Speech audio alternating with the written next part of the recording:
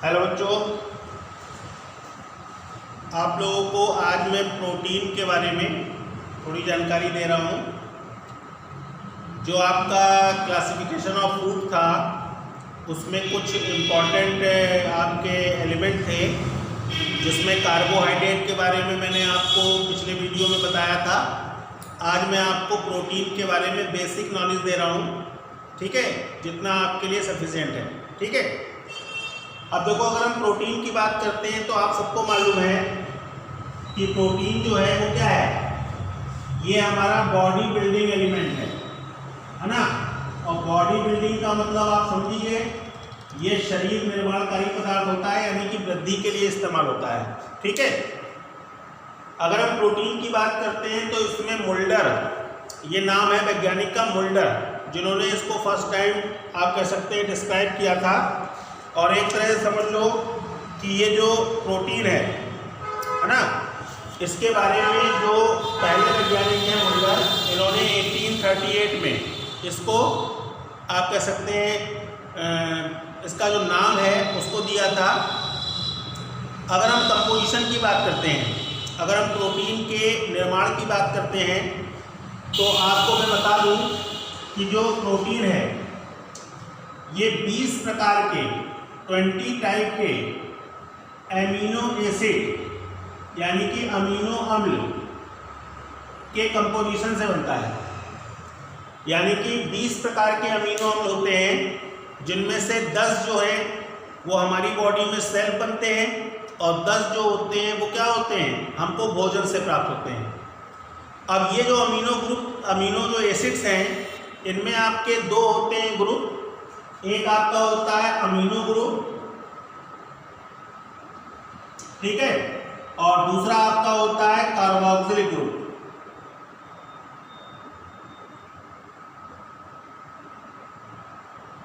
एक आपका amino group होता है, दूसरा आपका कार्बोक्सिलिक ग्रुप होता है, ठीक है। अब ये जो दोनों ग्रुप हैं,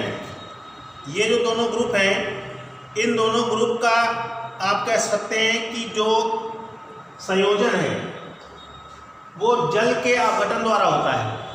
यानी कि आप इसको ऐसे समझ लो कि 20 अमीनो अम्ल प्रोटीन के निर्माण में भाग लेते हैं। एक अमीनो अम्ल का अमीनो ग्रुप NH2 और दूसरे अमीनो अम्ल का carboxylic group COH peptide bond के द्वारा, जो पेप्टाइड बंध होता है उसके द्वारा कंबाइन हो जाते हैं, और इसके कॉम्बिनेशन से प्रोटीन का एक मॉलिक्यूल बनता है। समझ गए? तो सिंपली वे में आप ये समझ लो कि जो प्रोटीन है वो अमीनो एसिड जो है उसके संयोजन से बनने वाले एक जटिल, एक कॉम्प्लेक्स मॉलिक्यूल है, जो हमारे शरीर में लगभग जितना भी हमारा जो बॉडी वेट है उसका लगभग 45% जो है वो प्रोटीन होता है, ठीक है। बात समझ में आ गई? तो अगर हम प्रोटीन की बात करते हैं तो प्रोटीन बॉडी बिल्डिंग एलिमेंट है, ये अमीनो अम्ल से बने होते हैं। अमीनो अम्ल में अमीनो ग्रुप और कार्बोक्सिलिक ग्रुप पेप्टाइड बॉन्ड के द्वारा जल अपघटन जो क्रिया है उसके माध्यम से जुड़ते हैं, और ये क्रिया प्रोटीन सिंथेसिस कहलाती है।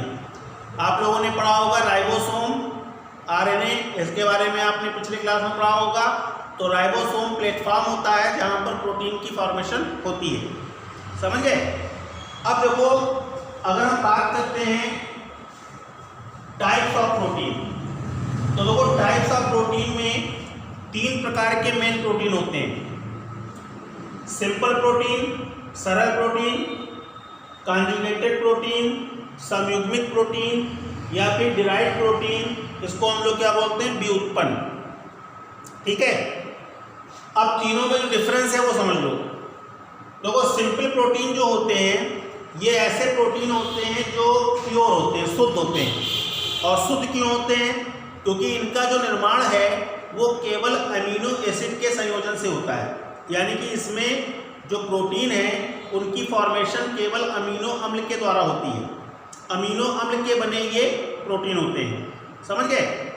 ये सरल होते हैं, और अगर हम इसको संरचना के आधार पर डिवाइड करें तो ये गोलाकार और तंतुमय, यानी कि राउंड और फाइब्रस, या तो ये गोल आकृति के होते हैं या फिर ये फाइब्रस होते हैं। तो यहाँ पर जो इनका क्लासिफिकेशन है, उस क्लासिफिकेशन में ये इनके 3 मेन पॉइंट होते हैं। सिंपल प्रोटीन, ये राउंड और फाइब्रस में ब्रेक होते हैं। इनका जो निर्माण है वो अमीनो अम्ल के माध्यम से होता है। अब अगर हम इसके एग्जाम्पल की बात करें तो देखो, जो सरल यानी कि गोलाकार, ये जो गोलाकार प्रोटीन है, इनमें आपके कई एग्जाम्पल होते हैं, जैसे ग्लोबिन, हिस्टोन, इम्यूनोग्लोबुलिन,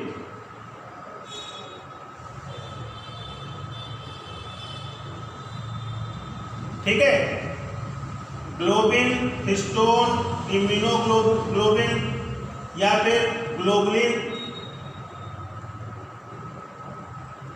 ये सारे जो एग्जाम्पल हैं ये आपके गोलाकार प्रोटीन से रिलेटेड हैं। और जैसा कि नाम से ही जाहिर है, ये आकार में कैसे होते हैं, इनका जो शेप होता है वो कैसा होता है, राउंड होता है। समझ गए।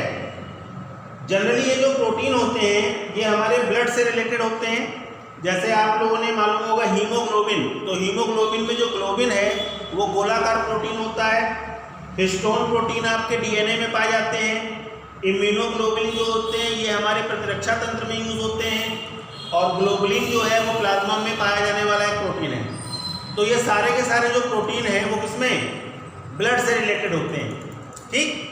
अब देखो, अगर हम बात करते हैं फाइब्रस की, देखो फाइब्रस का मतलब क्या हो गया, तंतुमय। अब तंतुमय का मतलब किसकी तरह, धागेनुमा। तो इसमें हमारे जो तंतु हैं, जैसे आप लोगों ने नाम सुना होगा collagen fibre, elastin fibre, collagen fibre, elastin fibre, ठीक है, केराटिन, बात समझ आ रही है। तो ये जो फाइब्रस प्रोटीन होते हैं यानी कि तंतु में जो प्रोटीन होते हैं, जनरली हमारी स्किन पे पाए जाते हैं, जो हमारी त्वचा है उसमें पाए जाते हैं। इसके अलावा जो हमारे इंटरनल ऑर्गन्स होते हैं, उनकी जो वॉल है, उसकी जो भित्ति है, उस पर पाए जाते हैं। और इनका मेन फंक्शन होता है मजबूती देना, फ्लेक्सिबिलिटी, लचीलापन प्रदान करना। ये सारे जो फंक्शन होते हैं वो इनके फाइब्रस प्रोटीन से रिलेटेड होते हैं। समझ गए। तो कहने का मतलब मेरा ये है कि जो सिंपल प्रोटीन है वो अमीनो अम्ल के बने होते हैं। और ये जो प्रोटीन होते हैं वो संरचना के आधार पे 2 प्रकार के होते हैं, एक राउंड और दूसरा फाइब्रस, यानी कि गोल और तंतुमय। गोल वालों में आपके ये एग्जाम्पल हो जाएंगे, ग्लोबिन हो गया, ग्लोबुलिन हो गया, हिस्टोन हो गया। और फाइब्रस में collagen fibre, elastin fibre, keratin, ये सब क्या है, ये आपके प्रोटीन के एग्जाम्पल हो जाएंगे। आगे समझ में, बात समझ में आ गई। उसके बाद देखो, फिर हम लोग दूसरी बात करेंगे कॉन्जुगेटेड, समयुग्मित। देखो कॉन्जुगेटेड का मतलब क्या हुआ, ये जो प्रोटीन होते हैं ये गैर प्रोटीन, जो गैर प्रोटीन आपके सब्सटेंस हैं, पदार्थ हैं, उनके साथ कंबाइन हो जाते हैं। कहने का मतलब मेरा ये है कि इसमें अमीनो एसिड के अलावा अन्य पदार्थ भी ऐड होते हैं। तो जो आप कह सकते हैं मूल प्रोटीन है, जो बेसिक प्रोटीन है, वो तो आपका अमीनो अम्ल का बना है, लेकिन जो पदार्थ उसके साथ जुड़ रहा है वो नॉन प्रोटीन वाला होता है, यानी कि प्रोटीन गैर प्रोटीन होता है। तो ऐसे प्रोटीन समूह को जो अमीनो अम्ल से नहीं बने होते, उनको हम लोग बोलते हैं प्रोस्थेटिक समूह। क्या बोलते हैं, प्रोस्थेटिक समूह। समझ गए। जैसे मैं आपको एग्जाम्पल में बताता हूं तो आपको समझ में आ जाएगा। देखो जैसे मान लो अगर हम इसमें एग्जाम्पल की बात करें तो देखो जैसे ग्लाइकोप्रोटीन। अब यहां पर जो ग्लाइको है वो क्या है, ग्लाइकोजन। तो ग्लाइकोजन और प्रोटीन आपस में कंबाइन होकर क्या बना दिया, ग्लाइकोप्रोटीन। समझ गए। तो यहां पर जो मूल प्रोटीन है वो किससे जुड़ रहा है, ग्लाइकोजन से। और ग्लाइकोजन से जुड़ने से ये बन गया कॉन्जुगेटेड, यानी कि समयुग्मित। और क्या बोलेंगे इसको, ग्लाइकोप्रोटीन। अब देखो यहाँ पर ये जो ग्लाइकोजन है ये तुम्हारा हो जाएगा प्रोस्टेट समूह, इसी को हम लोग बोलेंगे प्रोस्टेट समूह। आया समझ में? इसी तरह से तुम्हारा क्या हो जाएगा, जैसे लाइपोप्रोटीन। अब यहां पर लाइपो क्या है, लिपिड, तो लिपिड और प्रोटीन मिलकर क्या बनाते हैं, लाइपोप्रोटीन। ठीक है। ग्लूकोप्रोटीन, अब ग्लूकोप्रोटीन का मतलब ग्लूकोज और प्रोटीन। फास्फोप्रोटीन, अब फास्फो मतलब क्या हो गया, फास्फोरस और प्रोटीन। तो समझ में बात आ रही है? तो कॉन्जुगेटेड प्रोटीन वो प्रोटीन होते हैं जो मूल प्रोटीन किसी गैर प्रोटीन के साथ क्या करते हैं, कंबाइन हो जाते हैं, जुड़ जाते हैं, और इस तरह से कॉन्जुगेटेड प्रोटीन बनते हैं। इसमें जो गैर प्रोटीन वाला ग्रुप है उसको प्रोस्टेट समूह कहते हैं, और इस तरह से इनके द्वारा जो कॉम्बिनेशन होता है वो आपका कहलाता है समयुग्मित या फिर कॉन्जुगेटेड प्रोटीन। आया समझ में? तो प्रोटीन में पहला आपका सरल प्रोटीन हो गया जिसमें गोलाकार और तंतुमय हो जाएंगे। ठीक है। फिर आपका कॉन्जुगेटेड हो जाएगा जो किसी गैर प्रोटीन के साथ मिल जाते हैं। ठीक। एंड लास्ट में जो आपका तीसरा पॉइंट है वो आपका होता है डिराइव्ड। तो वो डिराइव्ड प्रोटीन का मतलब क्या होता है, तो वो डिराइव्ड प्रोटीन जो होते हैं ये हमारे शरीर में बहुत थोड़े समय के लिए होते हैं। मतलब इनका जो आप कह सकते हैं लाइफ है, हमारे शरीर में इनका जो लाइफ है वो बहुत थोड़े समय के लिए होता है, और ये हमेशा जो मूल प्रोटीन होता है, जो बेसिक प्रोटीन होता है, उसके डाइजेशन से बनते हैं, उसके पाचन से बनते हैं। समझ गए? अब सीधी सी बात है, पाचन की बात करेंगे तो इसमें आपका क्या आ जाएगा, एंजाइम्स। मैं आपको एक एग्जाम्पल में समझा देता हूँ ना तो आपको समझ में आ जाएगा। देखो आप इसको ऐसे समझो, देखो जैसे आपका मूल प्रोटीन हो गया पहला, ये हमको कहां से मिला, भोजन से। भोजन से जो भी हमने प्रोटीन लिया वो हमारी एलिमेंट्री कैनाल में गया। ठीक। अब देखो प्रोटीन का पेप्सिन ये एंजाइम हो गया, इसकी हेल्प से जो पेप्सिन था उसने प्रोटीन को बदल दिया किसमें, पेप्टोन्स में, पेप्टोन्स में। अब ये जो पेप्टोन है इसको इरेप्सिन, ये दूसरा एंजाइम है, इससे बदल दिया गया किसमें, अमीनो एसिड में। तो देखो प्रोटीन के पाचन से बना पेप्टोन और पेप्टोन से बन गया अमीनो एसिड। तो ये तुम्हारा जो इंटरमीडिएट प्रोटीन हुआ इसी को हम लोग क्या बोलेंगे, डिराइव्ड प्रोटीन, यानी कि व्युत्पन्न। आया समझ में?